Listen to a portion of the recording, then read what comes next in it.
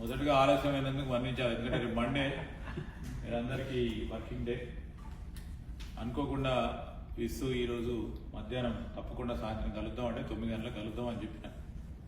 8 గంటల వరకు మీటింగ్ అయిపోతుందేమో అనుకొని దాని తర్వాత మా మంత్రిని ప్రాంతానికి సంబంధించిన వారు ఆర్గనైజ్ చేస్తే అక్కడికి వెళ్ళే వరకు కొద్దిగా ఆలస్యమైంది.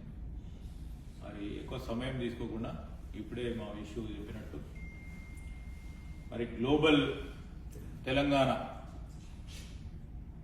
స్థాపించి మా విశ్వేశ్వర రెడ్డి అనేక దేశాలు తిరిగి, ఒకటి కాదు రెండు కాదు, ఒక డేటా బ్యాంక్ తయారు చేసి ప్రవాస తెలుగు ప్రత్యేకంగా తెలంగాణ ప్రాంత ప్రజలకు సంక్షేమం అభివృద్ధి ఏ విధంగా చేయాలనే ఒక ఆలోచనతోనే, ఒక మంచి ఆలోచనతోని తన సమయాన్ని పూర్తి స్థాయిలో వెచ్చించి పెద్ద ఎత్తున డేటా ఉంది ఈయన దగ్గర. ప్రభుత్వం దగ్గర కూడా లేదంత డేటా.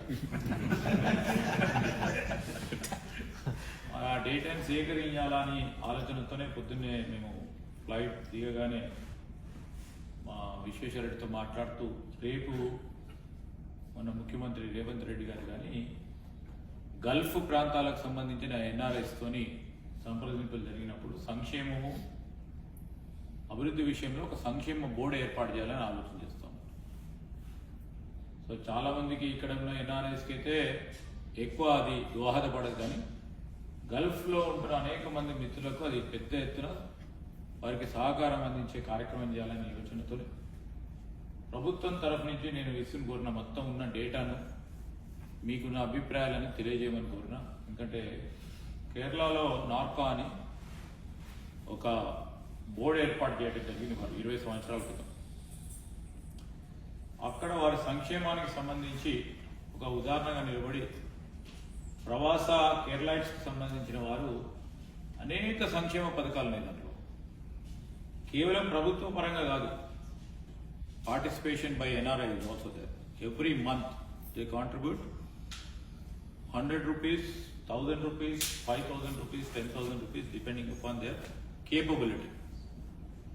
సో మళ్ళా తిరిగి 60 సంవత్సరాల తర్వాత మళ్ళా వారి గ్రామాలకు వచ్చినప్పుడు రిటైర్మెంట్ అవుతారు కనుక వారి పెన్షన్ ఇంకా ఇతర పథకాలు కూడా వారికి అందే విధంగా ఒక సంక్షేమ బోర్డుని ఏర్పాటు చేయడం. దానికంటే మెరుగైన రీతిలో మీరున్న ప్రాంతంలో ఉంటున్న అనేక సమస్యల విషయంలో కానీ సంక్షేమం ఏ విధంగా చేయాలని నేను మా మిత్రుడు మీ అందరి తరఫున విశ్వేశ్వర రెడ్డి గారు వస్తారు, మాకు సలహా బోర్డు ఏర్పాటు చేయడానికి సలహా సూచనలు కూడా తీసుకుంటామని మనం చేస్తాము. రెండవది ఏంటంటే మీరందరూ కూడా ఈరోజు రాష్ట్ర ప్రగతిలో భాగస్వాములు కావాలని కోరుతా ఉన్నాం. ఈ సందర్భంలో మీ వంతు not only in cash, either in kind or in expertise or in experience, in some way or the other, please repay back to your society, motherland, to your village. వాళ్ళందరూ కూడా ఉన్నారు ఇక్కడ మా ప్రాంతాన్ని నుంచి కూడా. రేపు నేను ఫర్ ఎగ్జాంపుల్ నేను నిన్న కోక్ ఫ్యాక్టరీ పోయినప్పుడు వారి పెద్ద ప్రతినిధులను కలిసి ఒక ప్రతిపాదన పెట్టాను. రిమోట్ ప్రాంతాల్లో కూడా అభివృద్ధి చేయాలని పెద్దపల్లి జిల్లాలో ఒక కోక్ ఫ్యాక్టరీ ఏర్పాటు చేయాలంటే వారు వెంటనే ఆమోదం తెలిపారు. అతి త్వరలో కూడా మరి పెద్దపల్లి జిల్లాలోనే ఒక కోక్ దాదాపు 700 కోట్ల నుంచి 1000 కోట్ల రూపాయలతో అక్కడ కోక్ మ్యానుఫ్యాక్చరింగ్ ప్లాంట్ ఏర్పాటు చేయబోతాం.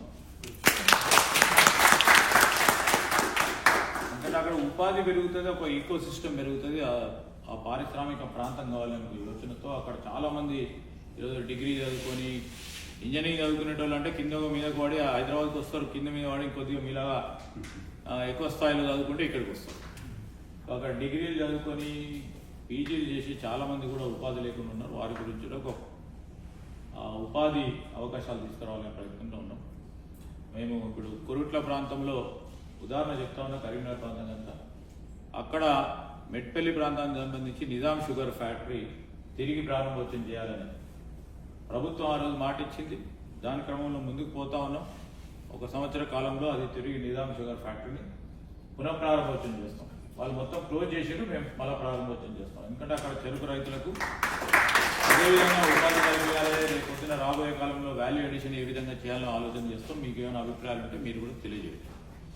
ఇంకా కూడా మీరు అందరూ కూడా సాఫ్ట్వేర్ రంగంలో ఉన్నవాళ్ళు మొత్తం 100కి 99% ఒకరు అరకొర మరి మీ సంబంధించిన మిత్రులు తప్ప 199% మంది మొత్తం సాఫ్ట్వేర్ రంగంలో ఉన్నారు. ఈరోజు ఫైబర్ నెట్వర్క్ మొత్తం ప్రతి గ్రామంలో ఉంది, ఎక్సెప్ట్ నా ప్రాంతంలోనే అటవీ ప్రాంతం ఉంది కనుక 4-5% మిగిలిపోయారు. కాదు మహమూద్ పల్మెల మండలం. సో లాస్ట్ మైల్ కనెక్టివిటీ కూడా ఫైబర్ కనెక్టివిటీ ఉంది కనుక నేను ప్రతి మీటింగ్లో కూడా ఇప్పుడు కూడా జరిగిన పెద్ద పారిశ్రామికలతో జరిగిన వరకు కూడా చెప్పినాను, ఫైబర్ నెట్వర్క్ ఉంది కనుక కేవలం హైదరాబాద్ పరంగానే అభివృద్ధిని పరిమితం చేయకుండా గ్రామాల్లో జిల్లా కేంద్రాల్లో కూడా ఎకనామిక్ గ్రోత్ ఇంజన్స్ చేయాలని కోరటం జరిగింది. ఎందుకంటే మీకు తెలుసు సాఫ్ట్వేర్ ఫైబర్ ఉంటే సరిపోతుంది, రేపు కంప్యూటర్లో పెట్టుకొని ఈరోజు వర్క్ ఫ్రమ్ హోమ్ చాలా మంది కూడా చేస్తూ ఉన్నారు. ఇంకా కూడా చిన్న చిన్న స్టార్టప్స్ కూడా మొదలు పెట్టుకోవచ్చు, చిన్న చిన్న పారిశ్రామిక ప్రాంతాలను కూడా ఏర్పాటు చేయబోతా ఉన్నాం. దాంట్లో కూడా మీరు భాగస్వాములు కావచ్చు. మీరు ఇక్కడ ఉద్యోగాలు చేసినా అక్కడ 10 మందికి ఉద్యోగ అవకాశాలు కల్పించి ఏ ఆలోచన ఉన్నా ప్రభుత్వం తరఫున మేము పూర్తి స్థాయిలో సహకారం అందించి మీకు కావాల్సిన ఏదైతే రిక్వైర్మెంట్స్ ఉందో దాని గురించే ప్రయత్నం చేస్తాం. Definitely please give a valuable and positive opinion. మేము ఆ విధంగా ముందుకు పోవడానికి మేము ప్రయత్నం చేస్తా ఉన్నాం. నేను ఐటీ ప్లస్ ఇండస్ట్రీకి సంబంధించిన మంత్రిగా, మరి ముఖ్యమంత్రి గారు ఈరోజు మూసీ నది కానీ రివర్ ఫ్రంట్ చేయాలని ఆలోచన చేస్తూ ఉన్నారు. Tier 2, Tier 3 సిటీస్లో ఐటీ పెద్ద ఎత్తున విస్తరణ చేయాలని చూస్తూ ఉన్నాం. అదేవిధంగా గ్రామీణ ప్రాంతంలో కూడా ఫైబర్ నెట్వర్క్ ఉంది కనుక అక్కడ కూడా ఈ ఐటీఈఎస్కి సంబంధించిన రంగాలను విస్తరింపజేసే కార్యక్రమం అవుతూ రాబోయే కాలంలో హైదరాబాద్లో అంటే చాలా సందర్భాల్లో చెప్పినా మీరు పేపర్లో కూడా చూసుంటారు, ప్రభుత్వం లక్ష్యం ఈరోజు ఏఐపై కేంద్రీకరించాలని. ఆర్టిఫిషియల్ ఇంటెలిజెన్స్, జనరేటివ్ ఏఐ కింద ఈరోజు మేము తీసుకున్న ప్రతి స్టెప్ కూడా రాబోయే కాలంలో హైదరాబాద్ని, తెలంగాణ రాష్ట్రాన్ని ఏఐ క్యాపిటల్ చేయాలని, ఇంకోటి స్కిల్ సెంటర్ చేయాలని, స్కిల్ సెట్ని అంతా కూడా అక్కడి నుంచే ఇవ్వాలనే ఉద్దేశంతో స్కిల్ క్యాపిటల్ చేయాలని యోచనతో ముందుకు పోతా ఉన్నాం. నేను మీ అందరినీ కూడా కోరుతా ఉన్నా, because you will be having varied experience and expertise. మీరు ఎక్స్పర్టీస్ని తీసుకొచ్చినా, ఎక్స్పీరియన్స్ని తీసుకొచ్చినా, లేకుంటే మీరు అక్కడ భాగస్వాములైనా, లేకుంటే తిరిగి మేము ఈరోజు స్కూల్స్ను, మరి ప్రైమరీ హెల్త్ సెంటర్స్ని, హాస్పిటల్స్ని పెద్ద ఎత్తున ముందుకు తీసుకెళ్లాలని ప్రయత్నం చేస్తూ ఉన్నాం. దాంట్లో కూడా మీరు భాగస్వాములు కావడానికి మేము ఒక ప్లాట్ఫామ్ క్రియేట్ చేయాలని ఆలోచన చేస్తున్నాం. ఆటాలో కూడా చాలామంది మన వాళ్ళు అందరూ కూడా ఒక ప్లాట్ఫామ్ క్రియేట్ చేసి అకౌంటబిలిటీ తీసుకొచ్చే ఒక ఆలోచన చేయాలని కోరినప్పుడు తప్పకుండా ఒక ప్లాట్ఫామ్ తీసుకొచ్చి మీరు ఇచ్చే ఆలోచన కానీ either cash or can or your intelligence మీ గ్రామాల్లో ఏ విధమైన పురోగతిలో మీరు భాగస్వాములు కావాలని ఆలోచన చేస్తే దానికి పూర్తి స్థాయిలో సహకారం అందించడానికి ప్రయత్నం చేస్తామని తెలియజేస్తూ మీ అందరికీ మరొకసారి ప్రత్యేకంగా మా బిస్సుకు హృదయపూర్వకంగా కృతజ్ఞతలు తెలుసుకున్నాను. మీరు అందరిని కలుసుకునే భాగ్యం దొరికింది. చాలామంది కూడా తెలిసిన వాళ్ళు ఉన్నారు. చాలా రోజుల తర్వాత కూడా వాళ్ళని కూడా కలుసుకున్నాం. ప్రత్యేకంగా మా వాళ్ళని కలుసుకున్నాం. అది చాలా థ్యాంక్ యూ.